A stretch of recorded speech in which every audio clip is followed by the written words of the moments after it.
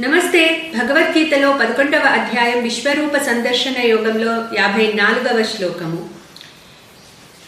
So భగవానుడు చెప్తున్నారు, భక్త్యా త్వనన్యయా శక్యః అహమేవం విధోర్జున జ్ఞాతుం ద్రష్టుంచ తత్వేన ప్రవేష్టుంచ పరంతప.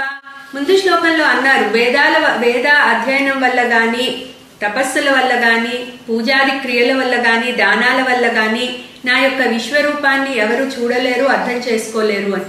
బట్ ఎవరు అర్థం చేసుకోగలరో ఇక్కడ చెప్తున్నారు. భక్త్యా త్వనన్యయా శక్యః, అనన్య భక్తితో సాధ్యపడుతుందని చెప్తున్నారు. భక్త్యా త్వనన్యయా శక్య అహమేవం విధోర్జున.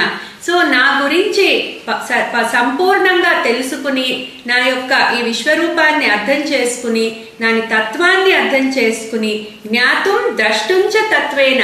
సో పైన ఫిజికల్ గా చూడడం కాదు, ఫస్ట్ ఫిజికల్ గా ఏముందో అర్థం చేసుకో, తర్వాత దాని తత్వాన్ని అర్థం చేసుకో, ఆ తర్వాత ప్రవేష్టుంచ పరంతప.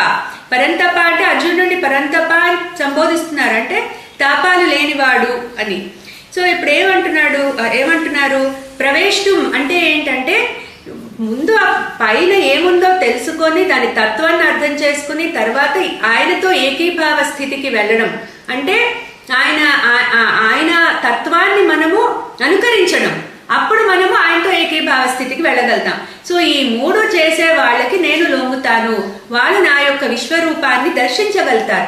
దర్శించడం అంటే బయట కాదు, వాళ్ళు మానసికంగా ఆయనతో ఏకీభావ స్థితికి వెళ్ళి ఆయన యొక్క విశ్వరూపాన్ని వాళ్ళు దర్శించగలుగుతారని చెప్తున్నారు. సో ఇప్పుడు ఇంక ఈ అధ్యాయం కన్క్లూడ్ చేస్తున్నారు నెక్స్ట్ శ్లోకంతో. చూద్దాము. క్లీం కృష్ణాయ నమః.